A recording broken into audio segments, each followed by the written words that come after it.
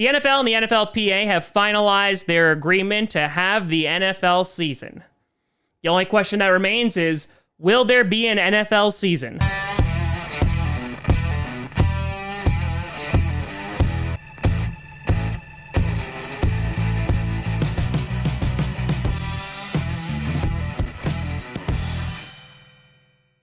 Grossi Posse Packer Nation! Welcome to an episode of Packcast, the podcast where you don't have to be a Packers fan, but it sure does help. I'm your host, Tom. There's a tropical storm raging outside right now, and I have recorded this episode twice already, but I have lost all the audio because my computer is randomly turned off, and it looked like this. 90 minutes to kick off. Grossi, and yes, today we're going to be talking about how the NFL plans on carrying out this season. Before we get to that, I want to do a big shout and thank you to a brand new YouTube member, David Brundret. Thank you very much for your support. It is much appreciated. So as we've talked about on this show, over the past couple of weeks, you've had the NFL and the NFLPA who have been negotiating on how this season is going to move forward, and it seems that they have finally finalized those details. So here's some of the new information that has come out as of yesterday. So one of the most important things is the opt-out deadline for players is this Thursday, August 6th at 4 p.m. Eastern. Meaning, if an NFL player wants to opt out, they have until Thursday at 4 p.m. to do so. After that point, they are not going to be able to opt out unless they meet one of the following criteria.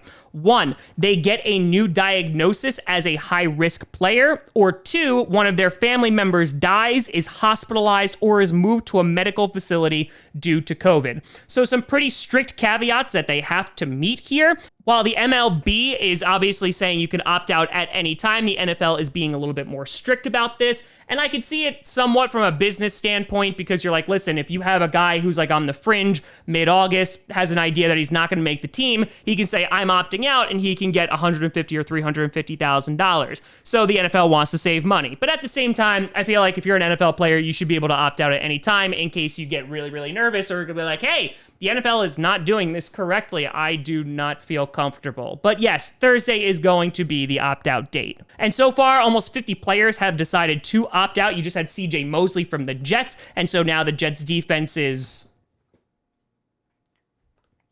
non-existent. In addition, if a player actually lives with a high-risk individual, the team actually has to provide them with housing. So that's a way to try and protect players' family members, which I saw as a positive. But one of the most interesting aspects of this agreement is actually how players are going to be disciplined if they don't follow certain procedures. So for example, if players go to bars, clubs, house parties, or gatherings of over 10 people without any PPE, face masks, etc., they will be subject to suspensions and also fines, which I think is a massive step because yes, you have all these team facilities that are doing everything that they can. They're doing contact tracing. They're doing loads of testing. But that means diddly squat if players are leaving the team facility and then going out and partying after that. Joey Bosa even came out and said that the most responsible team is going to be the one who wins. Aaron Rodgers and Matt LaFleur acknowledged this as well, basically saying that this is a team sport and we need to be more united as a team more than ever. And basically what it comes down to is we have to rely on 22-year-olds who've just been given millions of dollars to not go out and spend that money and socialize with a ton of people. Yeah, this will work out good. In addition, if a player refuses to take a COVID test, they will be issued a $50,000 fine. If they refuse to wear any PPE or mask or socially distance, they can be fined up to $14,650, which is all well and good. I feel like teams also have to have the power to suspend those guys as well. If you refuse to take a COVID test, that puts the entire team facility at risk. So it seems to not really make a lot of sense. You're just like, oh man, you're not going to take the test? Well, we're going to take away $50,000, but come on in. So I imagine that teams have some power over that. In addition, if a player is diagnosed or quarantined the night before or the morning of a game, teams can actually promote a practice squad player up to 90 minutes before kickoff. And you might see a bunch of that this season in which guys are ready to play and then all of a sudden they go down, they're quarantined, what have you. And so because of that, they'll be able to basically just say, okay, time to bring a practice squad guy in. And of course, the big question is this actually going to work? You know, the NHL and the NBA, they're doing it in their bubbles. They are having success with that. But you see the MLB, who is not going with the bubble format. They've already had games canceled. They've had teams who have contracted the virus.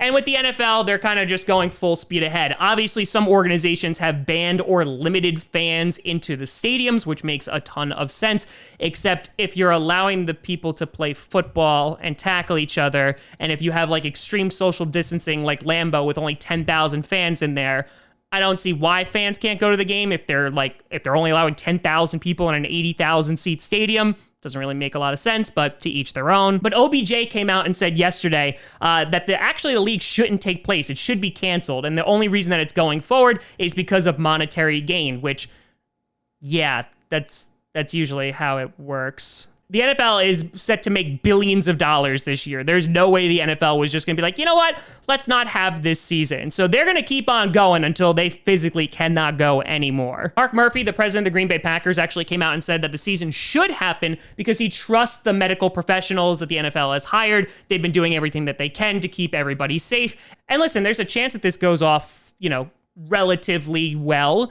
However, it's going to really rely on the players, the coaches, the staff, the camera crews, everyone coming in to make sure that they are being responsible. And that's where I have some hesitation. But yes, right now, the NFL is full steam ahead, and we'll see how long this ship can go until there's an iceberg. But let me know what you think down in the comments below. Do you think this can actually work?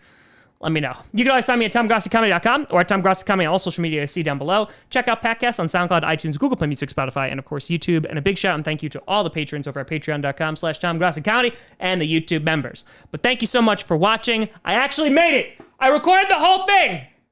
I'm Tom Grossi. And as always, go Bad Go.